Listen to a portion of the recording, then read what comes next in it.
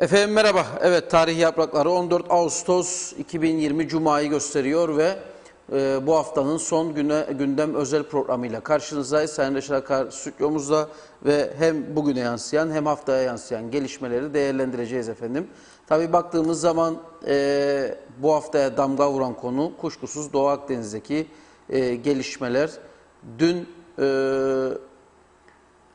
Yunan fırkateynine hani böyle sürtünme yapan Türk fırkateyni ciddi bir noktaya geldi işler. Bugün Avrupa Parlamentosu'nun bakanları toplanıp Doğu Akdeniz'deki durumu değerlendirecek. O derece önemli bir konu. Amerika Dışişleri Bakanlığı'ndan yapılan açıklamalar var. Tabii ki hem güneyden hem Yunanistan tarafından yapılan görüşmeler ve açıklamalar. Bugün Sayın Türkiye Cumhurbaşkanı Recep Tayyip Erdoğan bir kez daha Cuma namazı sonrasında yaptığı açıklamada böylesi durumların gerçekleşmesi durumunda misliyle karşılık verileceğine yönelik yeni mesajlar da verdi. Türkiye'nin bir anda Doğu Akdeniz'de yaşanılanlar, Yunanistan'la gelinen nokta Türkiye'nin de bir anda bir numaralı gündem konusu haline geldi ve elbette bugün diyaloğun manşetinde olduğu üzere ekonomik konular yine gündemimizde olacak. Yine sizlerden gelen konuları konuşacağız. Bugün sosyal sigortalarda gerek Gazi Mausa gerek Lefkoşa merkez olsun deyim yerindeyse patladı insanlar.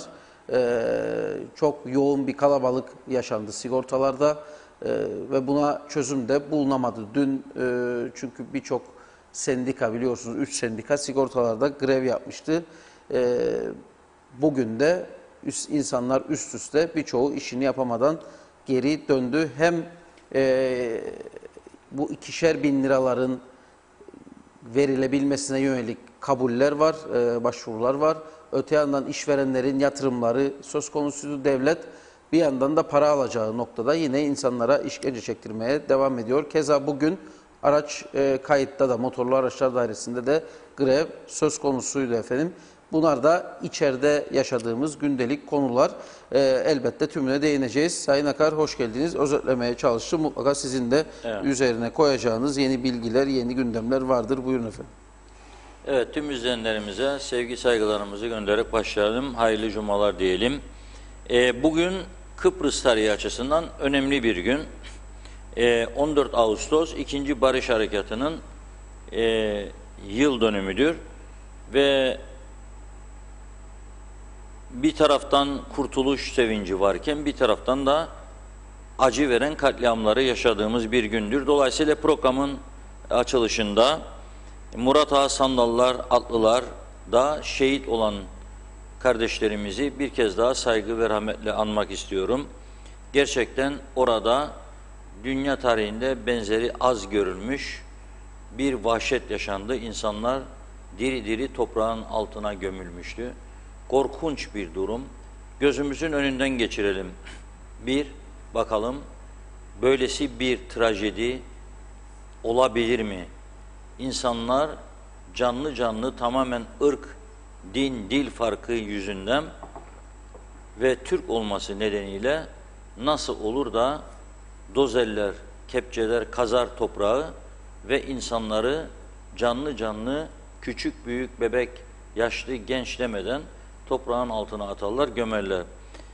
Bu gün dolayısıyla orada biliyorsunuz bir tören düzenlendi ve Murat Ağa Sandallar Atlar Şehitlerini Anma, Yaşatma Derneği diye bir derneğimiz var. Başkanı Ahmet Aşır bir konuşma yaptı. O konuşmadan birkaç satırı bugünkü programın açılışında sizlere aktarmak istiyorum. Bu sözler ileride olası bir çözüm aşamasında hepimizin kulağına küpe olmalı. Yani çözüm olsun, barış olsun istiyoruz canı gönülden.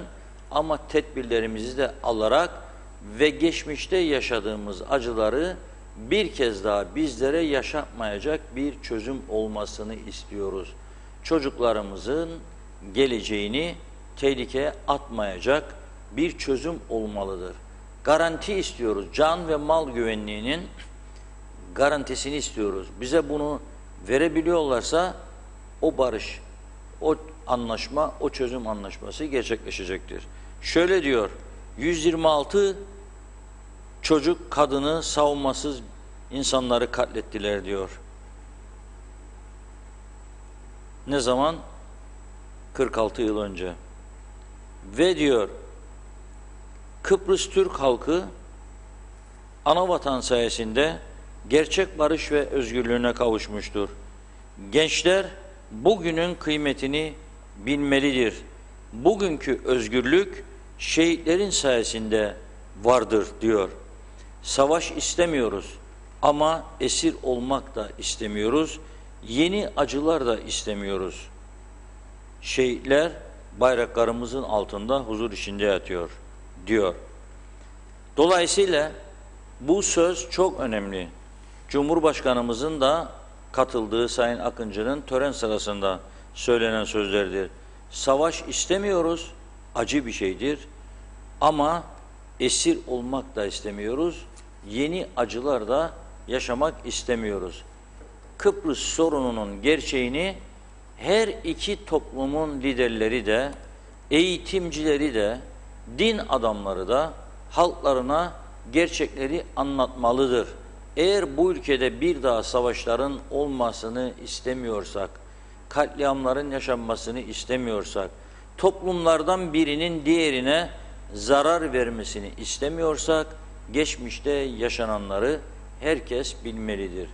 Nasıl ki biz bu anda bu acıyı yaşıyoruz, Rumlar da 20 Temmuz 74 harekatı sonrasında acılar yaşadı ama onlar 20 Temmuz'a nasıl gelindiğini çocuklarına anlatmıyorlar. Ve yeni yetişen gençlik, Rum gençliği maalesef 1974 öncesinde, 20 Temmuz 74 öncesinde olanı biteni bilmiyor. 15 Temmuz'u bile küçük çocuklar, ilkokul çocukları, ortaokul çocukları bilmiyor çünkü tarih kitaplarından çıkardılar 15 Temmuz'u. Neden? Ana vatanları Yunanistan faşist junta darbesini yapmıştı. Ana vatanlarına kötü gözle bakmasınlar diye tarih kitaplarından çıkardılar ve sadece işgalci Türkiye 20 Temmuz'da geldi, bizleri evimizden, köylerimizden, kentlerimizden kovdu, mallarımızı yağmaladı diye propaganda yapıyorlar. Bu doğru değildir. 1963-74 arası yaşananlar var. Bunları anlatmalıdırlar çocuklarına. Herkes gerçekleri bilmeli ve her iki tarafında can ve mal güvenliğini teminat altına alacak bir çözüm için adım atılmalıdır bundan sonraki süreçte. Ve şu anda Türkiye-Yunanistan arasında yaşananların da bir süre sonra elbette iki NATO üyesi ülkeyi, tabii şimdi savaş uçaklarını, savaş gemilerini görüyoruz. İşte Yunan savaş gemisi Oruç Reis'e doğru yaklaşmış, bizim de donanmamız gitmiş, bir muhteşem manevra yaparak üzerine doğru gidince kaçmış ve an meselesiymiş, gerilim çıkması, çatışma olması. Zaten bu bizlere son 5-6 aydır söylenenlerdi.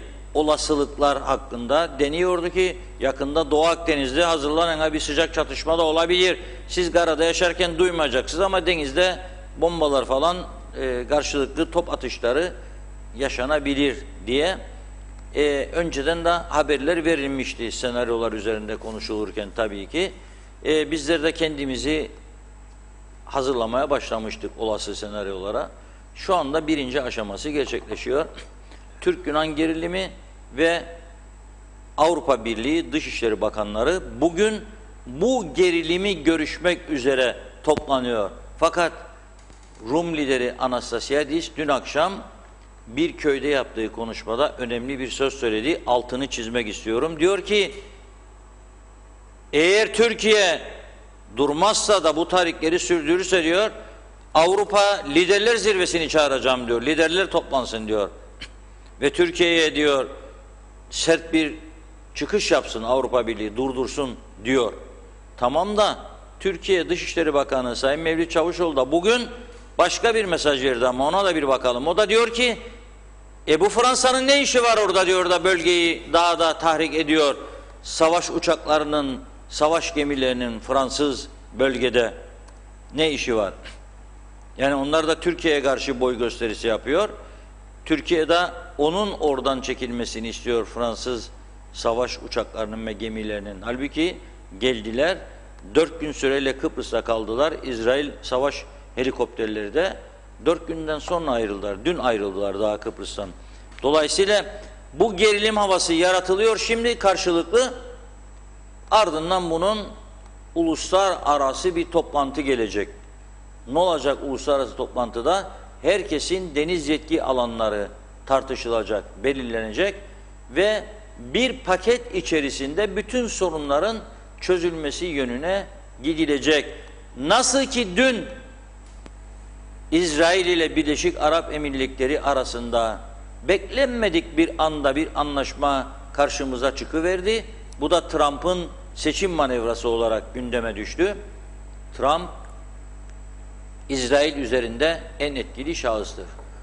O konuştu, Birleşik Arap Emirlikleri'ne de bastırdılar ve bir anlaşma sağlandı aralarında. Dolayısıyla da bu bize de bir işaret veriyor. Yani büyük süper güçler önümüzdeki günlerde Türk-Yunan ilişkileri ve Kıbrıs konusunda devreye gireceklerdir. Bizi sürekli dinleyenler hatırlayacak. Yalanı dolanı yoktur bu işin. Son 3-4 yıldan beri sürekli söylediğimiz bir söz vardır. Avrupa Birliği kesinlikle ve kesinlikle Kıbrıs adasını bölünmüş bırakmayacak. Çünkü 2004 yılında Kıbrıs Cumhuriyeti adı altında adayı AB üyesi yaparken tüm toprağın AB toprağı olduğunu ilan etmişlerdi. Fakat geçici bir süre sınır var, yeşil hat sınırı demişler ona da.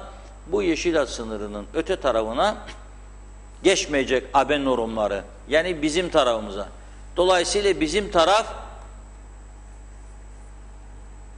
yani eski Kahire sokakları diyeyim, yıkık döküntüyü andıran yollar, çökmüş yollar, kötü yollar. Öteki tarafta Avrupa standartları. Onlarda 2 mezba, bizde 80 mezba. Onlarda veteriner kontrolünde kesimler, bizde öyle değil.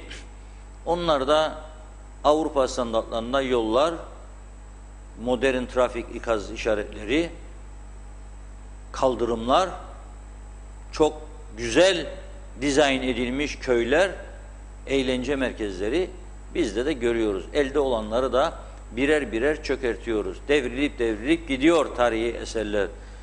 Avrupa Birliği iki tarafın da AB toprağı olduğunu ilan ettikten sonra bu işin çözüleceğine dair bir gün mutlaka gün gele beklentiler yükselmişti.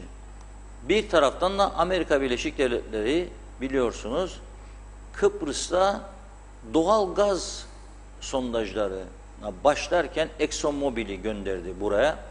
Ondan önceki yıllarda Amerika ilgilenmiyordu Kıbrıs Rumların sondaj talepleriyle.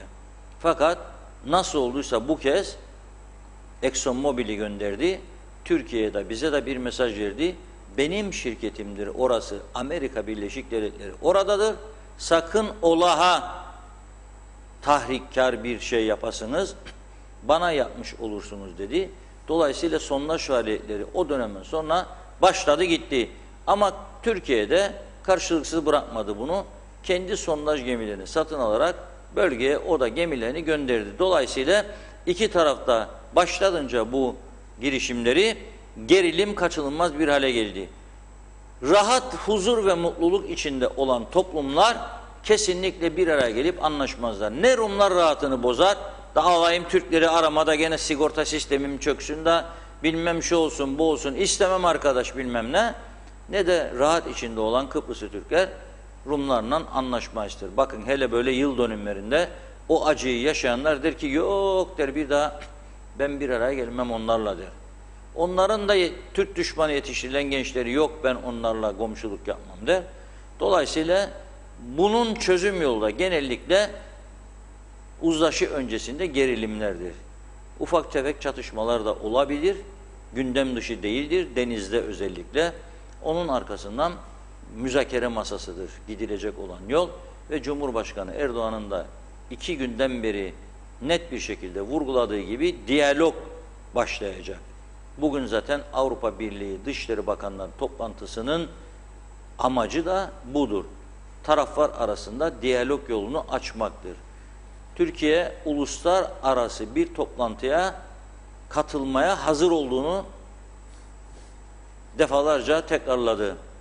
Yunanistan'da bugün Rum lideri baktım, Anastasias da diyor, Yunanistan ve biz diyor Lahey Adalet Divanı çerçevesinde hazırlık masaya oturalım diyor.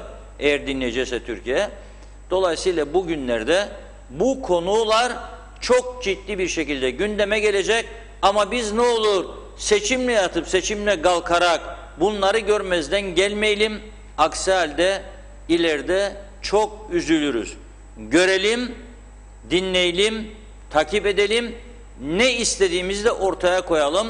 Sağlam bir çözümün sağlanabilmesine biz de katkı koyalım. Yoksa hiçbir şeyle ilgisi olmayan bir toplum görüntüsü kendi halinde çökmüş, kendi halinde moleyi acığını ayıklar. Seçim geldi, hoş geldin köyümüze, hadi meyhane, davul zurna, olmaz böyle şey.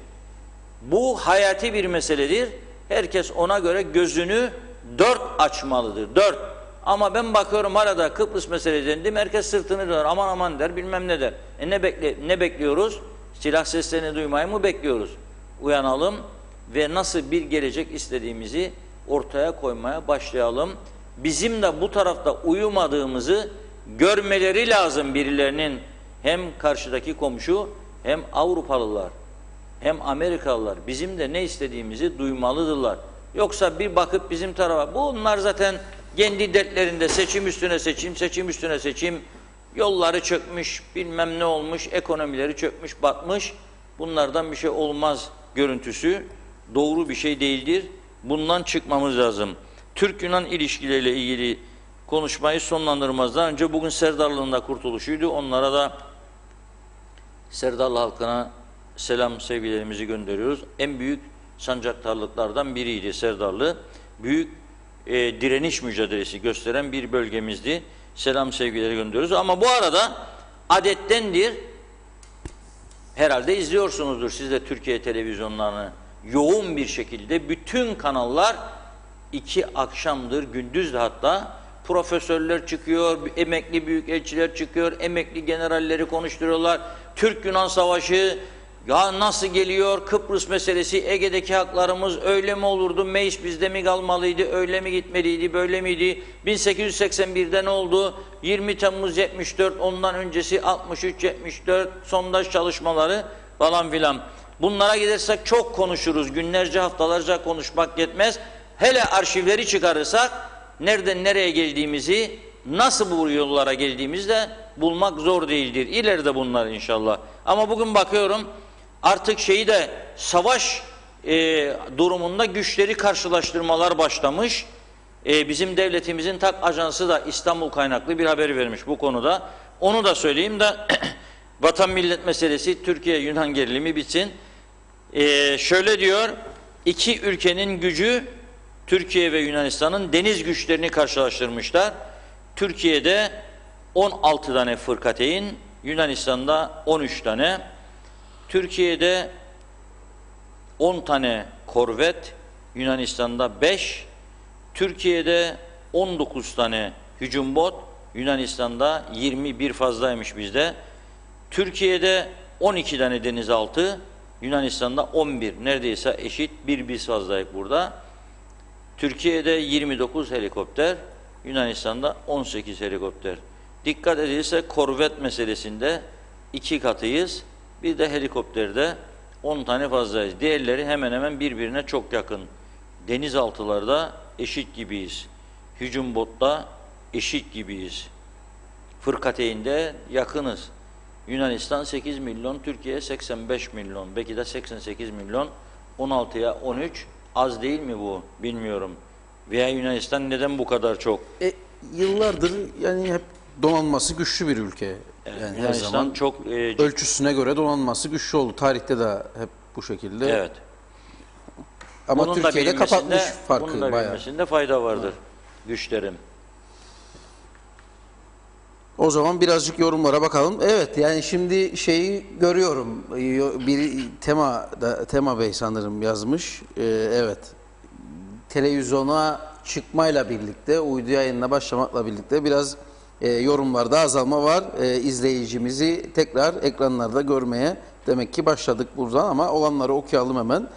Bizler burada artık savaş istemiyoruz diyoruz ama Yunanistan ile Türkiye Akdeniz'e çıkarları için savaş tamtamları çalmaya başladılar diyor Ulus Barani. Ama bu savaş tamtamlarını bir 5-6 sene öncesine gidelim. Daha Sayın Eroğlu Cumhurbaşkanı iken Doğu Akdeniz'de ilk adımları atan Rumlar değil mi? Yani özellikle bu doğal gaz konusuyla ilgili olarak, ki bütün kıvılcım da oradan çıkıyor zaten.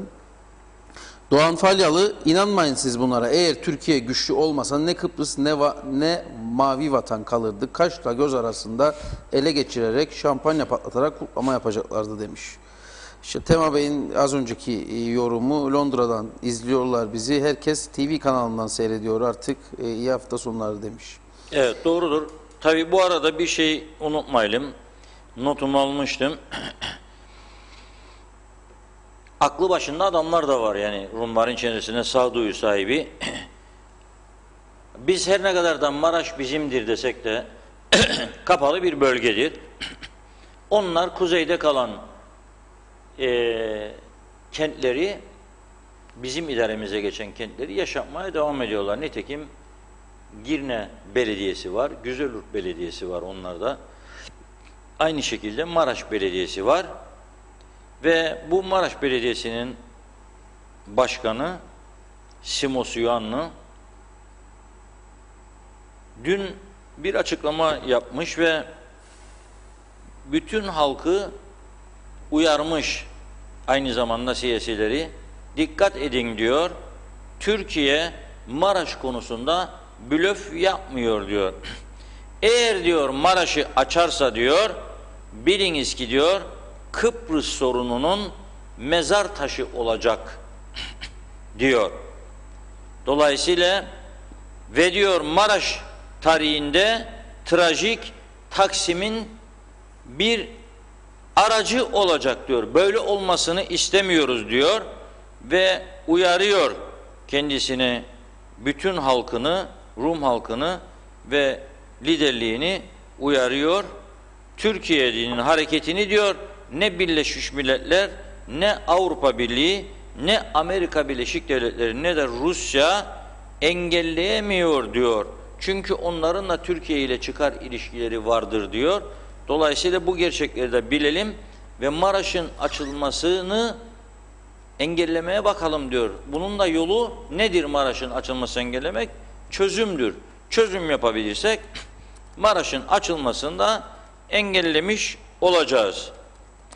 Evet, dış politika ile ilgili bu gelişmeleri özetlememiz lazımdı. Çünkü tarihe not düşecek bunlar. Herkesin bilmesi ve ileride bizim bu konuşmalarımızı YouTube'dan ve diğer kaynaklardan elde edip değerlendirecekler mutlaka. Ne konuştu bu insanlar, ne söyledi, neler yaşandı o günlerde bilinmesi açısından konuşmalıyız. Bizim halkımız genellikle iç siyasete çok düşkündür. Ersin Tatar mı kazanıyor, Akıncı mı öne geçti, Serdar Denktaş ne yapacak, CTP Tuğhan Hoca bilmem ne yapacak, kim cizmeyi giydi, kim cizmeyi çıkardı, kim partisine küstü, kim istifa etti, Hüseyin Bey geldiğimizde gelmediğimizde, Hodri Meydan falan filan, bunlarla daha çok uğraşmayı seviyoruz. Artık kanımıza işledi diye herhalde bu konu, siyaset, bununla uğraşıyoruz. O zaman dilerseniz bitireyim bu yorumları, en azından Kıbrıs sorunuyla ilgili ya da bu Doğu Akdeniz sorunuyla ilgili gelen yorumları, sonra diğer konularımıza geçelim. 2004'teki gibi olmasın, Güzelyurt'ta bizimkiler gezi yaparken Rumlar AB'ye girmişti. Biz de her Rum adımına karşı artık adım atma zamandır Kemal Kaleci. Zaten Doğu Akdeniz'de olan şu anda bu. Yani ne yapılıyorsa aynısı yapılıyor. Kaan Ceylan savaş çocuklarlığı yapılmaya başlandı. Hava deniz kuvvetleri karşılaştırılıyor. Amerika Akdeniz'de bir çatışmaya izin vereceğini zannetmiyorum. Geçmişte Kardak krizinde yaşananları biliyoruz diyerek geçmişe de atıfta bulunuyor. Sayın Akar, KKTC'yi Türkiye vatandaşları olarak her zaman savunmaya hazırız. Ali Yıldız.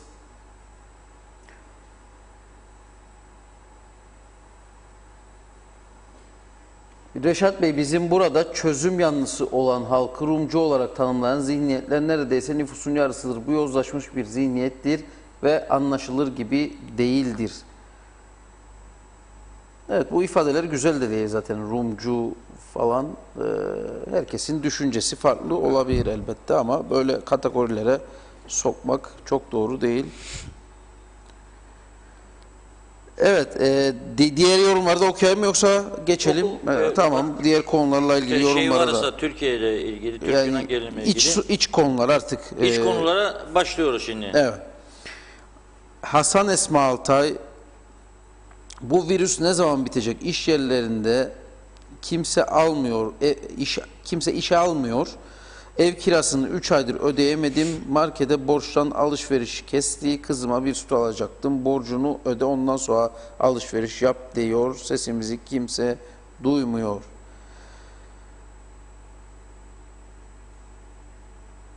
Evet, sosyal sigortaya geleceğim. Gelelim. Bir vatandaşımız oradan fotoğraf atmış bana, şimdi hala bekliyoruz diyor. Geliyorum şimdi o konuya. Zaten bugün haberlerde yer veriyoruz. Az sonra onu yorumlayacak Sayın Reşat Akar. Reşat Bey, dilinize sağlık. Bu KKTC'de kim kime dumduma para gelsin, başka bir şey düşünmüyorlar. Mustafa Kombo. Emir Ali Tatlıdil, siyasiler hep maske takın, mesafeye uyun, uymayan ceza derken bakıyorum seçim gezilerinde ne maske ne mesafe, herkes kucak kucağa. Acaba böyle bir şey yoktur da bizi kandırırlar, yoksa siyasilere bulaşmaz mı bu hastalık diye sormuş ve demiş ki hastanede ya da sağlık kurumlarından da bu konuda herhangi bir açıklama var mı?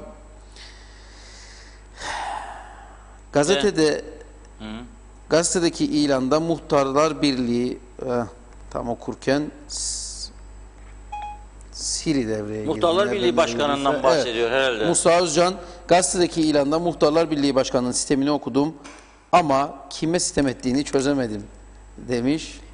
Bence Barbet Bey, Muhtarlar Birliği Başkanı, kendisine rakip çıkan, çünkü seçim var yakında ve hiçbir şey yapmadı, bu Barbet diyenlere cevap vermeye çalışıyor. Yani diyor, ben maaşa bağlattım sizi diyor, binalara alındı diyor, kolay mı diyor. Ben diyor her gün meclisin kapısına giderken diyor, bu kilomla diyor, bu ağırlığımla diyor, ayaklarım ağrırdı diyor. Da siz yoğdunuz ortada diyor da şimdi Barbet bunları başarıda geldiğiniz Barbet'i deviresiniz diyor. Yani ona sitem ediyor bence. Şu anda da bizi dinlediğini tahmin ediyorum. Çünkü öyle söylemişti bana. Başladığı saat 16:30, sanki yemek saatimmiş gibi televizyonun karşısındayım diyormuş Barbet Bey. Birçok vatandaşımız gibi.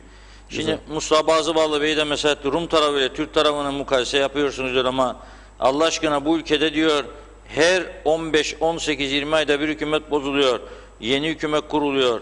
Bu ülkenin kalkınmasını, doğru işaret yapması ve kazanılmasını nasıl beklersiniz diyor. Olmayan işe amin demekten diyor. Ne zaman vazgeçeceğiz diyor. Olmayan işe amin diyorlar. Diyecek bir şey yok yani. Ben nereye üzülüyorum? Şimdi bir var çözüm, gerçekten görüyoruz o taraf Rumlar aşırı silahlanıyor. O silahlanırsa tabii ki sen de karşılığında silahsız kalamazsın. Sen de silahlanacaksın. Ama iki tarafında ekonomisinde ciddi sıkıntılar var. Paralar da silahlanmaya gidiyor. Sonra bir küçük adada neden iki taraf devamlı gerilim içerisinde? Neden onlar sınırlara motosikletlerle gelecek, eylem yapacak? Neden biz teyakkuz durumuna geçeceğiz? Neden onlar sonra teyakkuza geçecek? Neden 17 yaşındaki çocuklar, 18 yaşındaki çocuklar silah altına girecek? Ne kadar sürecek bu iş? Bu bitmeyen bir süreç olmamalı. Elbette bu adanın, güzel adanın nimetleri birlikte paylaşılmalı. Ama iki taraf da aynı düşünceyi taşımalıdır. Fakat madalyonun bir de diğer tarafı var. Yani açık ve net bir şekilde bizi bu ülkede yönetenlere ne söyleyeceğini vatandaş zaten söylüyor. Ne söylememiz gerektiğini vatandaş zaten söylüyor. bugün oldu. Bu halde, bu ülkede para getiren bir yer sosyal sigortalıdır. Para topluyor halktan.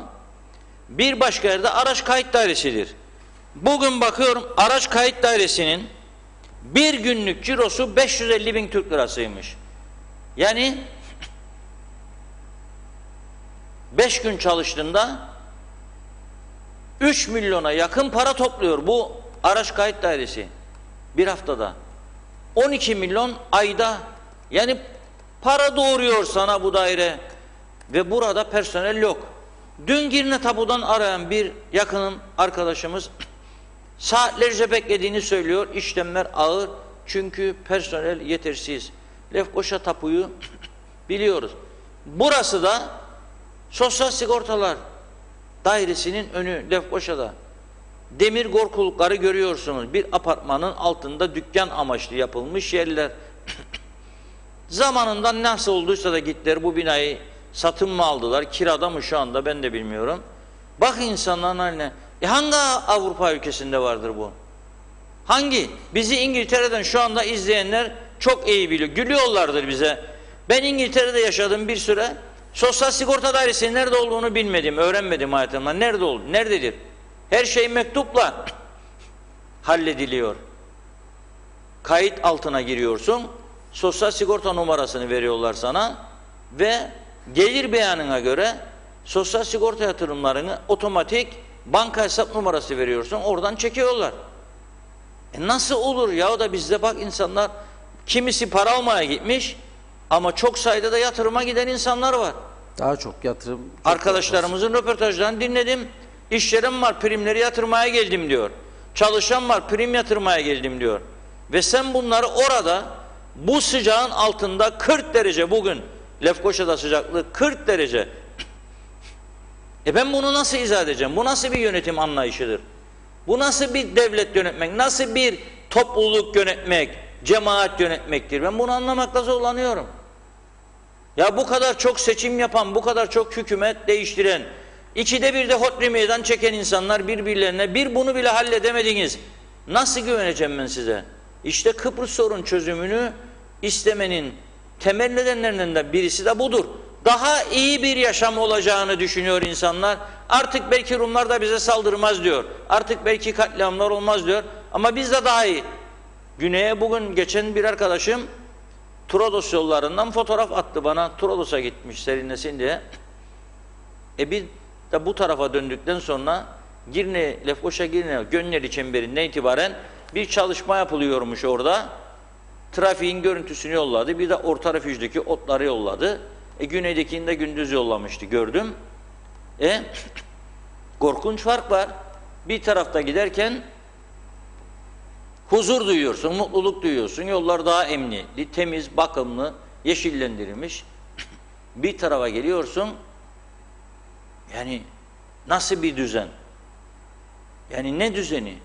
Adına ne diyeyim? Yani istemiyorum o lafları kullanayım. Biz o arkadaşımla kendi aramızda kullandığımız laflar vardır. Kendi kendimize yakıştırdığımız laflarımız vardır. Ama burada ekranda söylemem doğru olmaz. Yani nasıl bir, bu mudur bizim yaşam tarzımız? Yani buna bakmak lazım. Nasıl bir yönetim kadrosu seçiyoruz? Nasıl siyasi bir yapımız vardır? Ve bizi bu siyasi yapı nereye götürecek? Bugüne kadar nereye getirdi? Bundan sonra bizi nereye götürecek? Bunu düşünmemiz lazım. 15 sene önce çok daha iyiydik bugünkünden, 20 sene önce çok daha iyiydik. Ne oldu da şimdi gittikçe daha kötü, daha kötü, daha kötü? Bunun sebebi, tek sebebi vardır. Siyasetin çökmüş olması. Siyasette profesyonelliğin kalmaması. Siyasetin fikir, proje üretemez duruma gelmesi. Siyasetin çıkarcılığa dönüşmesi. Bakın kaç gün burada bize kızanlar da oldu belki ama olsun, gerçekleri konuşmamız lazım.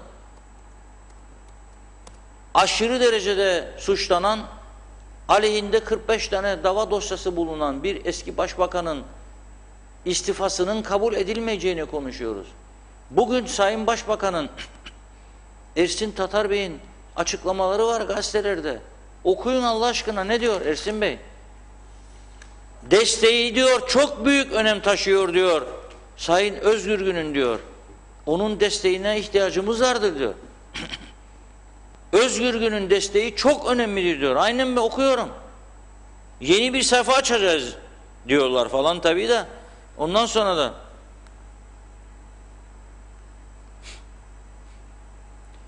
Ulusal Birlik Partisi olarak diyor, aynı önceki gün söylediğini söylüyor konuşmada. Diyor ki gırgınlıklar diyor bir yana bırakılsın diyor. Biz diyor genel kurulda diyor Sayın Hüseyin Özgürgün'ün diyor istifasının reddine oy vereceğiz diyor. Reddedilmesini isteyeceğiz. Birlik beraberliğin bir işaretidir bu diyor. Seçim arifesinde yanlış anlaşılmaya neden olmaması için yaptığımız açıklamalara bir cevap niteliğindedir diyor. Özgürgün'ün bizlere vereceği destek çok önemlidir diyor. Çok. Kaç bin tane oyu var bilmiyorum Hüseyin Bey'in. Yani İstanbul'dan böyle yaptığında Ersin Bey'in 1000 oyu artar mı, 1000 oy düşer mi? Bilmiyorum. Bunun için de bir kamuoyu araştırması yapmak lazım. Bazı taraftarları vardır, sempatizanları vardır, kendisini sevenler vardır, fotoğraf paylaşanlar da vardır ama sayıları 3'tür, 5'tir. Bir de unutmayalım, Meclis Genel Kurulu'nda tüm partili arkadaşları bir süre öncesinde kendisine Sayın Genel Başkanım diyenler dokunulmazlığının kalkması için de oy verdiler daha sonra. Unutmayalım. Siyaset böyledir, yelpaze gibidir. Sağdan sola sallarsın öyle gider, soldan sağa sallarsın öyle gider. Bizdeki siyaset de böyledir. Ama bu sosyal sigortalarda yaşananlar, araç kayıt dairesi önünde yaşananlar son yıllarda en kötü görüntülerdir. Ve üzülerek bunları söylüyoruz burada. Neden bir çare bulunamıyor bu kadar basit meseleye? Neden online yatırımlar yürütülemiyor? İnsanlar oturduğu yerden yatırsın. Neden hala daha şirketlere, ben her ay imzaladığım için görüyorum, böyle geliyor. Bir kurumun çalışanlarıyla ilgili sosyal sigorta ihtiyaç sandığı vergi yatırımlar için böyle imzala babam imzala, imzala mühür, imzala mühür, imzala mühür. El Arabiya Republic of Turkish Cyprus. Nedir ya bu? Nedir bu kadar evrak, bu kadar kağıt harcaması, bürokratik işlem ve murakip onun için adam görevlendirecek, o formaları dolduracak, bir muhasipler denkleştirecek, gelecek senden imza alacak, mühür alacak, gidecek dairede imza alacak, sıra numarası mühür. Kaldırın be arkadaş bunları, online sistem kurun. Bitsin bu çile. Bu işi kim düzeltecek? Yani benim de inancım artık o noktadadır ki bu işi bir daha modern, daha çağdaş bir yol düzeltecek, seçenek düzeltecek. O seçeneklerden birisi çözümsüzlük olması halinde bir sistem değişikliğidir. Başkanlık sistemine geçiştir. Buna da bazıları inat ve ısrarla karşı çıkıyor. Diktatörlükmüş başkanlık sistemi. Meclistekilerin hemen hemen tümü karşı çıkıyor.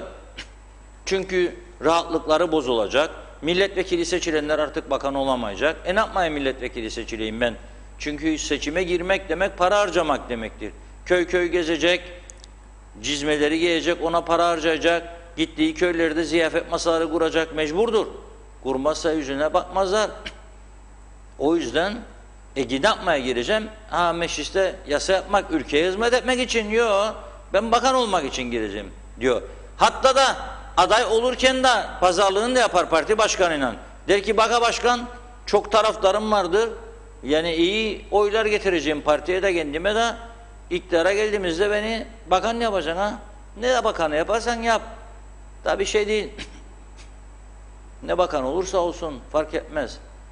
Su İşleri Bakanı, Orman İşleri Bakanı, Yol İşleri Bakanı olabilir. Yani yeni isimler de bulabiliriz. Ama buna da meclis karar vermesi lazım halkı bir referanduma götürmek için. Vermiyorlar. Vermeyeceklerine göre de bu kararı ve hala da bazı kesimler karşı çıktığına göre ikinci yolda çözümdür. Çözüm de bize ne yapacaklar? Zorla yaptıracaklar bunları, zorla. Bırakmazlar böyle devam etmesini. Yani adanın bir tarafı online sosyal sigorta yatırımlarında, araç kayıtlarında, bir tarafı da böyle Afrika'dan da beter bir durumda 40 derece sıcağın altında sokaklarda işkence çekilmesi bu kabul edilebilir bir durum değildir. Ülkemiz adına üzücüdür. Yüz karasıdır bu görüntüler. Gerçekten. Yüz karası. Hasta insanlar var orada. Ya bana bir şey olursa diyor kadın sayıyor, şekerim var diyor.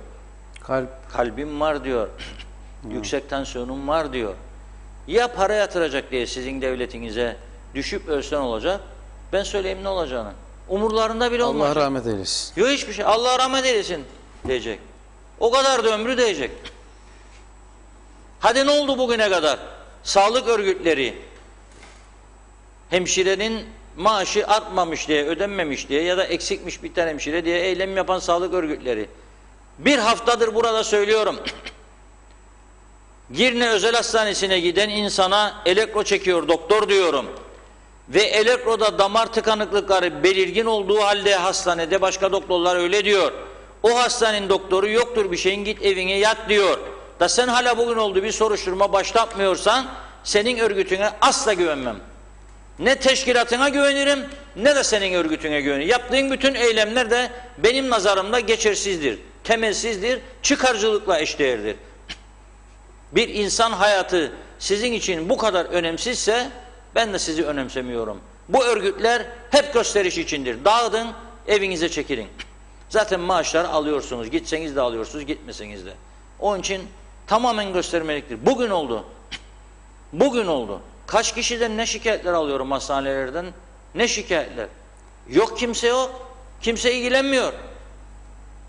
Gazi Mausa çocuk bölümünden gelen feryatları okudum geçen gün. Bir açıklama görmedim. Oraya gidip bir denetleme yapanı görmedim. 5 çocuk doktoru varmış. İkisi ben iskeledeyim gelmem dermiş. Gece nöbetine. Kimse de bir şey yapamıyor. Kimse de düzeltemiyor. Bu defa çocuklar hasta geliyor bakacak doktor yok. Kim ilgilenecek bu işlerle? Bu örgütleri, bu sendikaları, bu dernekleri, birlikleri niçin kurduk? Sadece maaşlar kavgası için mi? Yoksa sağlık sisteminin düzelmesi için mi? Ne eylemler yapıyoruz? Ne önlemler alıyoruz? Yok böyle bir şey. Bugün yine bir telefon aldım.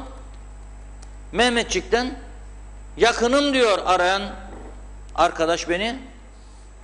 Lefkoşa Devlet Hastanesi'nde cerrahi bölümdedir. Dedim. Boşaltma kararı almışlar. Orayı çünkü korona hastası varmış gelecek olan diyor. Programa girecek vakte kadar teyit edemedim bunu ama yakınım bana telefon açı söylüyor. Neyse onu geçiyorum. Nedir ihtiyaç? Pandemi hastanesi. Fuarı söyledik. Yok.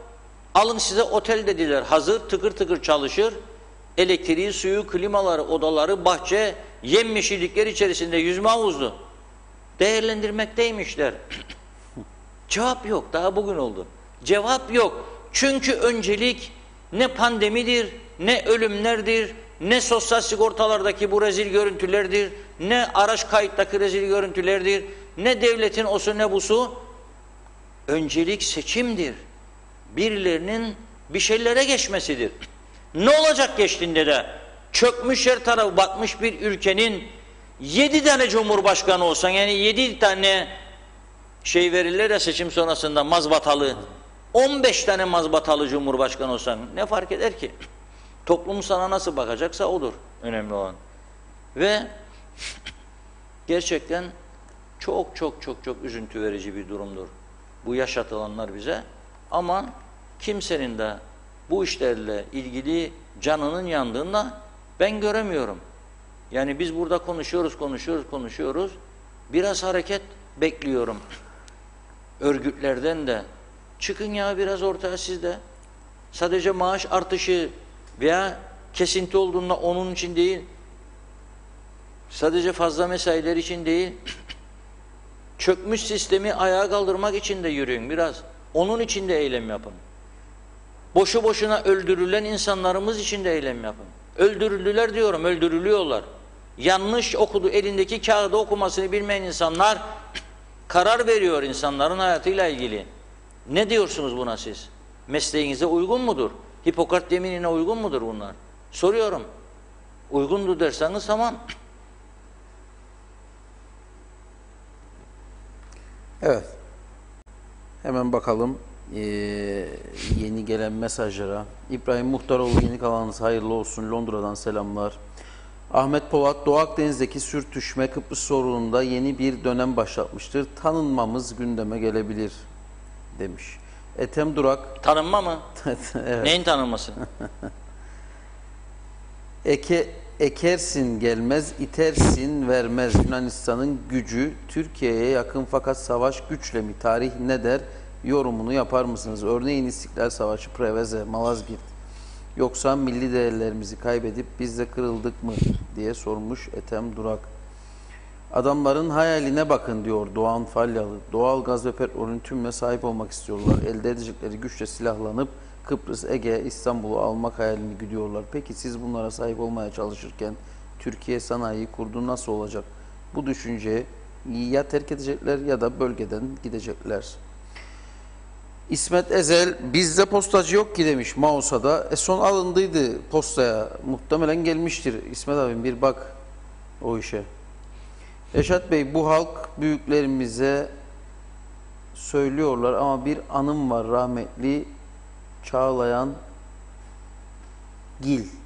Rahmetli Çağlayan Gil iskeleye gelmişti. Küçük iskele başında kulüpte oturup kahve içerken Rum tarafı hemen görünüyordu.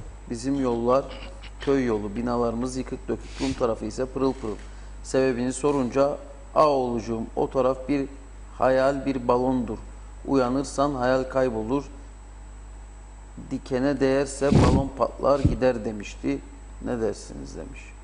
Tacan Tuncerler, Rum tarafında isminizin alfabetik sırasına göre trafik dairesinden adresinize 6 aylık 12 road tax gelir. Road tax. Evet. En yakın posta dairesine gidersiniz. Şipşak road tax alırsınız diyor. Doğru. Devlete gelir sağlayan daireler artırılmalı. Daireden daireye nakil yasası da değiştirilip yeni istihdam yapmadan yeni şubeler açarak gecikmeler ortadan kalkmalı. Hem halk hem devlet rahatlamış olur. Böylelikle Doğan Bey'in yorumu bu şekilde. Nesip Fikret Asilkanlı, iki NATO ülkesinin savaşa girmesine sıcak bakılmaz. Bu durum NATO'yu çok zor bir sürece sokup çökmesine bile sebep olabilir. Diplomasi ve anlayışla Akdeniz'deki sorunun çözüleceğine inanmak isterim. Kötü bir barış savaştan daha iyidir. Öyle olacak zaten. Yani NATO üyesi iki ülkeyi çatıştırmazlar. Ben dün de söyledim. Bugün de söylüyorum. Türkiye ile Yunanistan'ı çatıştırmazlar. Gerilim olabilir, izin verirler bir süreye kadar. Dediğim gibi anlaşmazlık olması lazım, gerilim olması lazım. İnsanlara korku verilmesi lazım ki barışa yaklaşsınlar. Bugün önümüzdeki durum da budur. Yunanistan gerilimi oynuyor. Türkiye ile sonuçta masaya oturmak zorunda kalacak. Nitekim Avrupa Birliği Dışişleri Bakanları'nın bugünkü toplantısından çıkacak sonuç önemlidir. Zaten Avrupa Birliği Dışişleri Bakanı olarak adlandırılan Borrell, bugünkü toplantının organizasyonunu yapmazdan önce hep programlar onlarda aylar öncesinden hazırlanır, senaryolar. Kıbrıs'a gelmiş, Türk tarafına geçmemiş, ardından Atina'ya, onun ardından Ankara'ya giderek ilgili taraflarla görüşmüş ve sonuç itibariyle Eylül ayında Türk-Yunan ilişkileriyle ilgili Avrupa Birliği'nde onun hakemliğinde toplantıların başlatılması yönünde karar alındığını açıklamıştı. Öyle görülüyor ki Eylül ayında düşünülen toplantılar biraz daha öne çekilecek. Şimdi karar alacaklar, tarafları masaya çağıracaklar büyük bir ihtimalle. Oturup müzakerelere başlasınlar. Diyelim ki Eylül'de düşünüldüğü gibi başladı. 11 Ekim seçim var bizde. İkinci tur olursa 18 Ekim. Biter bitmez büyük bir ihtimalle de bir ay sonrasında Kasım içerisinde hızlı bir şekilde Kıbrıs sorunun çözümüyle ilgili müzakereler de başlayacaktır. Büyük bir olasılıkla Türk-Yunan sorunları Ege ve Kıbrıs'ta dahil bir paket içerisine girecektir. Şimdi çok önemli bir konu var. Bugün Diyalog Gazetesi'nin manşetinde Maliye Bakanı'nın, Sayın Amcaoğlu'nun açıklamaları var. 2018'de 3,5 milyar Türk lirası olan vergi tahsilatı devletin 2019'da 5 milyara yükseldi diyor. Fakat 2020'de bu yıl için yani yaşanan pandemi süreci nedeniyle 6 aylık sürede diyor 651 milyon Türk lirası gerileme var diyor. Ancak tabii ki rakam veriyor ve işte pandemi ayı Mart düşüş, Nisan düşüş, Mayıs, Haziran'da toparlamaya başlıyor. Temmuz ayında da daha iyi bir noktaya geliyor ve geçenlerde yine açıklamıştı. Nasıl oluyor diyor da Temmuz ayı, Haziran ve Temmuz ayı gelirleri pandemi öncesindeki Şubat'a yakın bir durum diyor. Turizm battı diyor, oteller kapandı diyor, turist yok diyor. Okullar kapandı, 100 bin kişi bu adayı terk etti. Nasıl olur diyor da bu gelirlerde diyor çok büyük kayıp olmadı. Haziran, Temmuz, Mart, Nisan, Mayıs'ı ayırdık. Kapalı. Ve onun da bu merakı üzerine sosyal medyada da ileri geri bir yığın yorum. Bugün bir arkadaş da bana okudun mu yazdığımı diyor. Da o da diyor ki demek ki diyor, demek ki turizmin ve eğitimin hiçbir faydası yok. Ama Çünkü Sayın Bakan onu söyledi daha sonra şeyin devamında. Bunun eksikliğini çok hissedeceğiz dedi önümüzdeki geleceğim ona işte. Diyor ki hep onlar halbuki diyor bir de teşvikleri yutarlar diyor. Demek ki diyor daha kârı da yoktu diyor. Bana görüşümü sordu. Dedim teşvikleri dedim hellimciler falan alır doğrudur. Da turizme teşvik lafı onlara para verdiği anlamında değildir. Ya nedir? İyi adam otel yapacak geliyor 100 milyon dolar yatıracak. Burada bulamadığı malzemeleri de getirecek yurt dışından vergi almayacak kendinden vergi muafiyeti. Yatırımı teşvik etsin diye. Tanınmamış bir memleket ulaşımı olmayan dünyanın hiçbirine ambargo altında bir memlekete gelip de 20 milyon dolar, 50 milyon dolar, 100 milyon, 200 milyon dolar yatırım yapacaksan sana biraz teşvikleri verecek. Ama bu demek değildir devlet kasasını açacak da al da veriyorum sana milyonlar milyonlar. Yoktur öyle bir şey. İki, kapalıdır oteller. Şimdi de açıldı. Turist yok, gelirler çok düşük. Fakat düşünmedikleri bazı gerçekler var. Bu halbuki çok önemli bir veridir önümüzde. Nedir bu? Ne kadar kaçak vardır, kaçak. Yok ki turizm gelirleri sıfırlandı da o şimdi bizim tarafta maliyenin kasasına akan paralar güneye kaçan paralarıydı Rum tarafına. Ne kadar çok alışveriş yapılırdı o yanda ve para akıdılırdı. Siz oturun da düşünün. Ne kadar da gayet dışılık vardı bu ülkede ve vardır. Siz düşünün. O tarafa para akmayınca kapılar kapalı çünkü başladı yiyeceğini, giyeceğini bu taraftan almaya. Bu taraftan alınca da daha çok mal gelmeye başladı. Viskisini alırsaydı Alfa'dan, şimdi alıyor Metropol'dan, Lemar'dan, Sterling'den, bilmem nereden, Okmar'dan. Okmar da o viskiyi buradaki toptancıdan alıyor. Toptancı da viskiyi çekerken vergilerini ödüyor. Vergi akışları arttı çünkü hele bu süreçte çok da malzeme çekenler de oldu. Hepimiz hemen hemen eve, benim annemin evinde 10 paket hala makarna, pirinç, şeker, ıstoğu var, onlar da ne? Ne olur ne olmaz. 200-300 adet tuvalet kağıdı stokları olan evler vardır, 500 tane. Bunlar mal çekişini artırdı. O tarafa gitmeyen para bu tarafa aktı. Bu taraftan mal çekimi arttıkça vergileri, gelirleri de arttı devletimizin. Maliye Bakanlığı aslında isterse bunu çok basit çıkarır ortaya ve doğrularını açıklar, insanlar bilir. Yok ki turizm battı, hani yok demek ki hiçbir faydası yoktu bunun, değildir. Esas bunun neticesini Kasım-Aralık aylarına göreceğiz. Kasım-Aralık aylarında göreceğiz. Nereye gelecek devletin gelirleri ve Ocak ayında 2021 Şubat o zaman konuşacağız gene.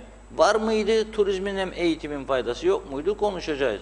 Zannettik biz yani 2 ton 20 ton hellim sattık da ya da 20 ton portakal da kurtuldu. Ekonomide devlet paraları topluyor kolay kolay da ödeyecek. Diyeceğim yok. 2 Allah versin parası olsun da ödesin. 400 milyon diyor ekstradan ödeyeceğim diyor Aralık'ta 13. maaşlar. Kazanılmış hak haktır diyor. Tamam da bu ülke halkının hepsi kamu görevlisi değildir. Ezici bir çoğunluğu özel sektördedir. Yoktur onun 13.'sü. Sen de zamanında verdiydin, ettiydin tamam. Halkımızı da alıştırdıydın tamam. Halk da bu parayı alınca çarşıya akıdır tamam. Ama bütün dünyayı yok eden, bütün dünya ekonomilerini yere seren, böylesi 100 yılın bir salgını karşısında hala da sen partin kazansın, parti başkanın kazansın, ya ne bileyim ileriye de şu olsun bu olsun düşüncesine verecek sözümüzdür diyorsan diyecek bir şey yok. Ama siz çıkar halka anlatırsanız bu yaşanan krizin ülkeyi nereye götüreceğini birkaç ay sonra ve bu normal maaşların bile ödenemeyecek duruma geleceğini, bankaların sallanacağını anlatırsanız halkınıza, o zaman halk da size anlayış gösterir. 400 milyon Türk lirasıyla buradan iddia ediyorum, bütün adanın çökmüş yolları tamir edilebilir, can ve mal güvenliği sağlanabilir, insanlarımız daha huzur içerisinde seyahat edebilir, polis ordusunun eksikleri giderilebilir, daha çok denetim yapılabilir, daha çok huzur güvenlik sağlanabilir bu ülkede. Her taraf pırıl pırıl temizlenir, yeşillenir, bu para yeter, artar bile. Versin 400 milyonu bana, da bak ben kendisine nasıl bir Kuzey Kıbrıs yaratırım 6 ayın içerisinde. Rum tarafından da daha iyi bir seviyeye gelir. Onun için hep böyle popülizme oynamak ve insanları böyle kandırarak oy toplamak doğru bir yöntem değildir. Ben bunu bu Maliye Bakanı yapıyor demiyorum. Gelmiş geçmiş tümü yaptı. Sağcısı da solcusu da verecek babam dediği sözümüzdür dedi. Olmayan bir şeyi nasıl vereceksin babam diye soruyorum ben de sana. Aralık ayında gelecek senede diyorsun, diğer taraftan da fark edilecek diyorsun gelirlerdeki düşüş. O zaman ne tedbir alacağım ben? Ayakkabının altı delinmeye başladıysa yamalarım. Eğer yamalamazsam bir süre sonra delik büyür, yama da kaldırmaz ayakkabının altı. Onun için biz söylüyoruz, dinlerler dinlemezler, yaparlar yapmazlar ayrı mesele. Kamu görevlilerinin de iyi bir hayat şartında yaşamasını hepimiz istiyoruz. Maaşların kesilmesinden yana değiliz. Ama şartlar buysa da bunu paylaşacağız. Bak öte taraftan 1500 liraya almak için sabah 8'den 2'ye kadar, 3'e kadar gidiyor sosyal sigortanın kapısına bekliyor. Olmuyor, ertesi gün gene biraz önce gönderdi bir arkadaşımız 1200 kusurda numarası varmış. 1200 kişi bugün da bekleyecek akşam saatlerine kadar, olmayacak. Pazartesi tekrar gidecek aynı sıra. Peki bunun işi varsa o dükkanı kim çevirecek, bırakıyor işine gidiyor oraya? Bunları düzeltemeyen bir sistem, öte taraftan da vereceğim yahu, sözdür yahu, haktır diye, verilmiş haktır, geri alınmaz. O zaman sonu nereye gidecek bu ülkenin? Soralım bir kendi kendimize. Ama sen halka dersen ki bu yıl için ben senden bir fedakarlık istiyorum ve bu parayı ben bu amaç için kullanacağım diyorsan ve kullandığını da gösteriyorsan, o zaman bu halk sana şapka çıkarır. 400 milyon da yetmeyecek 13. maaşlara. Halbuki bu parayla bu ülkede çok büyük işler yapılabilir. Bunu da plan projeyle anlatmaya gerek yoktur zaten. Evet. Naci Akdoğan, bu saydığınız daireler özel sektörde olsa inanın daha az personelle bu sıkıntıyı yaşatmaz vatandaşa. Kesinlikle ben de katılıyorum buna. Reşat Bey, sen çok doğru söylüyorsun ama onlar duymuyorlar. Sen o güzel nefesini boşuna tüketiyorsun. Bunlar anlamaz diyor Haluk Şahin. Para yok diyorlar. 13. maaş dağıtacağız diyorlar diyerek bunu eleştiriyor. Şebnem Taran, bu kadar da olmaz diyor. Cumhurbaşkanlığı seçimleriyle beraber anayasa referandumu yapılacakmış. Doğru mu diye sormuş İbrahim Hacı Haliloğlu. Doğru ama tek maddelik bir anayasa değişikliği. Mahkemelerle ilgili. Mahkemelerle ilgili. Mahkemedeki yargıç sayısı maalesef bizde anayasa bunu sınırlandırıyor. O sınırı yükseltiyorlar şimdiki sorunu açsınlar diye. Yani tek maddelik bir anayasa değişikliği. Keşke çok daha kapsamlı olsa ama daha önce kapsamlısı reddedildiği için siyaset tek bir noktada mahkemeler için yapıyor bunu. Hapşırmaya korkar olduk, öksürmekten korkar olduk, hastaneye gitmeye korkar olduk, ne hallere geldik diyor Emir Ali Tatlıdil abimiz. Odadan odaya bile nakil yasak yok daireler arası. Hele de öğretmenler okuldan okula asla diyor İsmet abim, İsmet Ezel. Paul İzzet de diyor ki Londra'da seyir sefer için daireye gitmeye gerek yok. Bunu online yapabilirsiniz. Online yapabilir. Post ofisleri var. Postada her mahallede var post ofis. Gidersin orada. Yani evet, ya post ofise gidersiniz diyor. Go to the post office orada. for your Hiç broadcast. yok. Daire, nerede öyle bir daire olduğunu bilmez insanlar.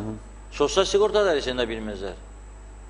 Sadece kart çıkaracağı zaman sosyal sigorta kartı gidip başvuru yaparlardı benim bildiğim zaman.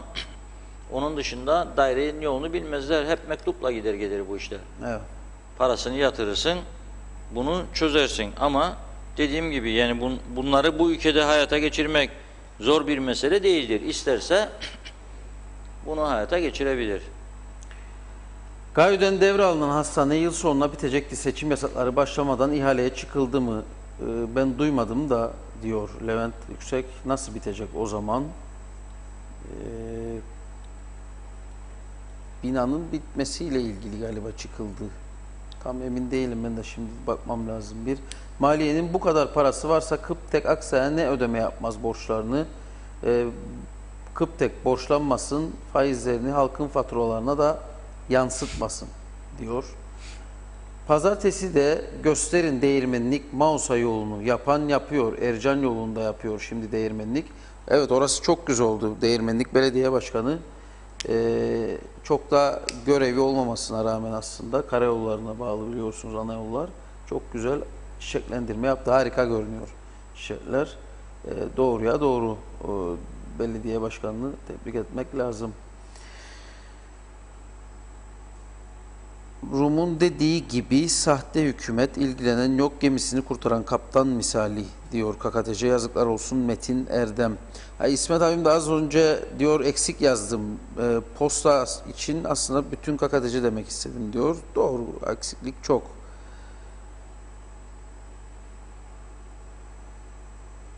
Özgür Gün şimdiye kadar aldığı maaşı geri vermesi gerekir. Avrupa istiyorsak kendimize çeki düzen vermemiz gerekiyor. Hatta hepsi değişmesi gerekiyor. Politikacılardan bahsediyorum. Cesur birileri gerekiyor. Emine Şen. Erol Canseç, İngiltere'de eğer yemek zehirlenmesinden hastaneye gittiğiniz zaman size ilk sordukları soru bu yemeği hangi yerde yediğinizdir. Eğer bir restoranda ise hastane derhal sağlık kurumuna bildirir ve ertesi gün dükkanınızı açarken karşınızda sağlık kurumlarını bulursunuz. Nerede öyle sistem? Hemşehriler Birliği'ne sorar mısınız? Her ay çatır çatır aidatlarını aldıkları özel sektör çalışanlarının da haklarını ne zaman savunmayı düşünüyorlar? Mehmet Çopur sormuş bunu. 13. maaşları vermeme gibi bir durum kabul edilemez. Geçim sıkıntısından zor durumdayız. Bir de verilmesin demeyin Reşat Bey. Sonra o parayı güzelce kendileri yerler. İşte hasta yesinler. Güvensizlik, yani insanlar güvenmiyor. Çünkü diyor ki o parayı bize vermese başka fuzuli yerlere harcayacaklar diyor. Örtülü ödenekleri artıracaklar. Siyasi partilere yardımlar artıracaklar. Yeni daha resmi hizmet aracı alacaklar. Güvenmiyor insanlar. Her şey güvenle ilgilidir. Eşinize güvenirsiniz, evlilik devam eder. Güvenmezsiniz, evlilik devam etmez. Yani bu siyasette de böyledir. Ama yani geldiğimiz noktada ortada. Tabii Hüseyin Özgür'ün konusunu açtım ben. Yine bugün diyor ki Mustafa Bey, Mustafa Bazıbağlı, Özgür Gün meselesini o kadar şey etmeyin, küçümsemeyin diyor. UBP'nin diyor cam damarıdır Özgür Gün diyor. O var olursa UBP 26'yı bulabilir diyor. O olmazsa diyor hükümet kuramaz diyor. Onun içindir ki Özgür Gün başrol oyuncusudur diyor. Can ve hayat kurtaran durumundadır diyor.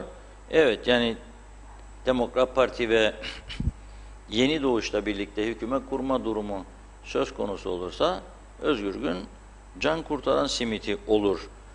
Gerçekten böyle. Fakat tabii 11 Ekim bitecek.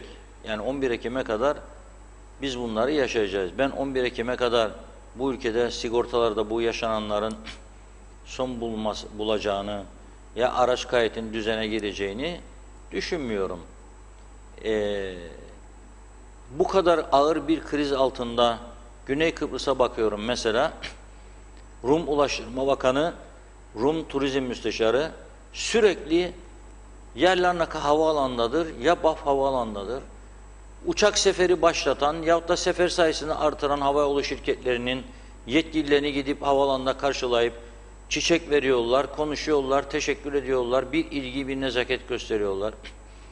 Restoranlar denetleniyor.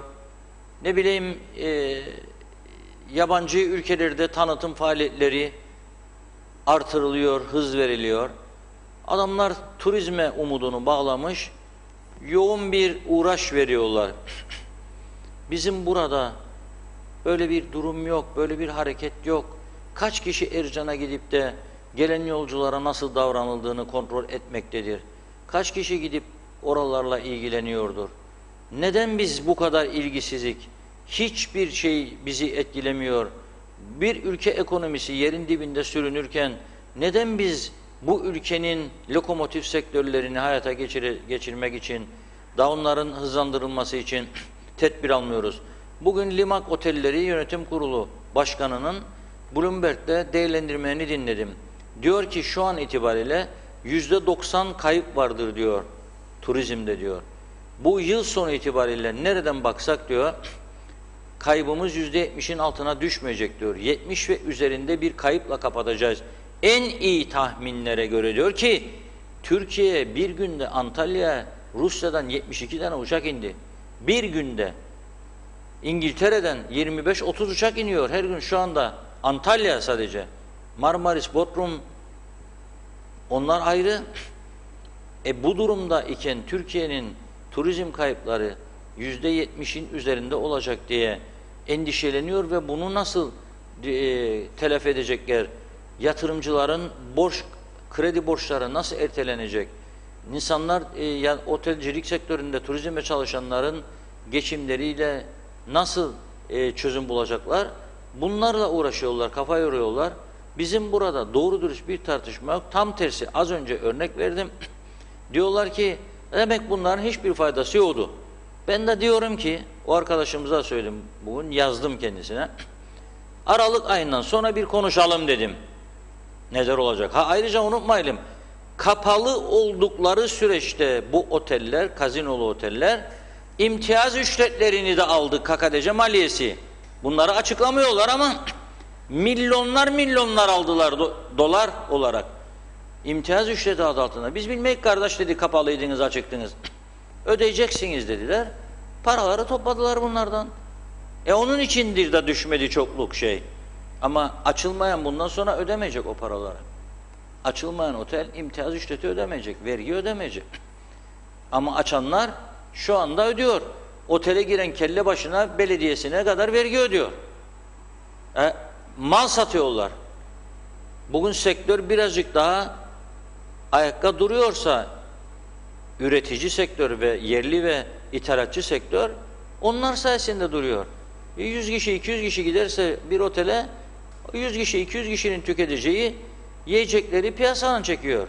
Limini, sütünü, ekmeğini, marulunu, domatesini, salatalığını, viskisini Piyasadan çekiyor, iç piyasadan.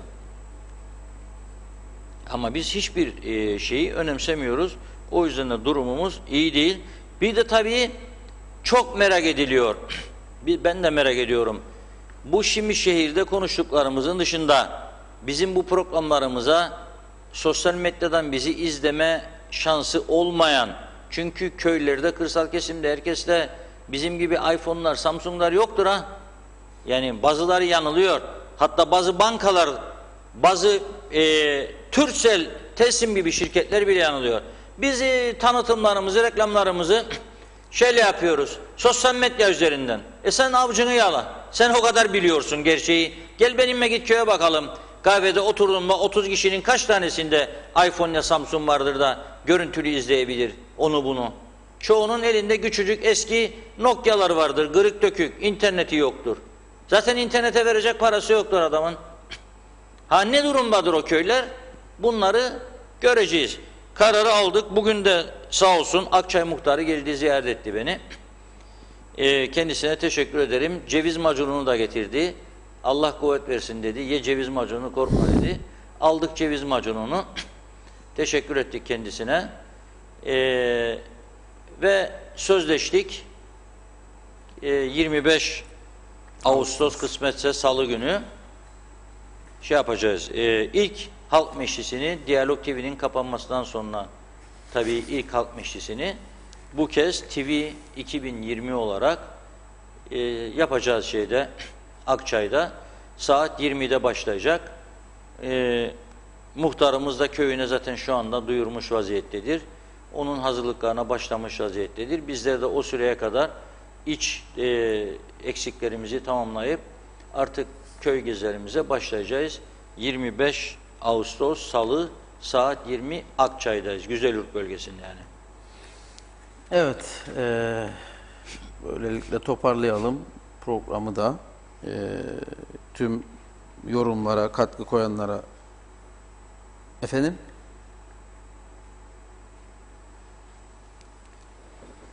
Bir resim var. Neymiş o? Siz mi gönderdiğiniz aşağıda? Yo, resim var herhalde. Akçay muhtarıydı. Beni duymuyor herhalde rejideki arkadaş. Evet. Neyse. Akçay muhtarıydı. Bugün gelen evet, ceviz tamam. macunuyla birlikte. Akçay muhtarı dedim, ceviz macunu dedim. Ha, tamam. Daha o saat ne söyleyeyim? gelecekti. Tamamdır, bir şey değil. Biraz gecikmeli Evet. oldu. Tamam. Evet. Evet, ben anonsumu yaptım zaten. 25 Ağustos Salı günü saat 20 Akçay Köyü'ndeyiz. Denediniz mi? Halk Meclisi. Macunu. Yok, cevizi daha programdan sonra Yiyelim o zaman. deneyeceğim Şimdi de. canımı çektirdiniz. Her yani. gün bir tane yiyelim şeye kadar, program süresine kadar. Peki. Evet efendim. Bugünlük bu kadar. Haftayla tamamlamış oluyoruz. Gündem özel programı adına.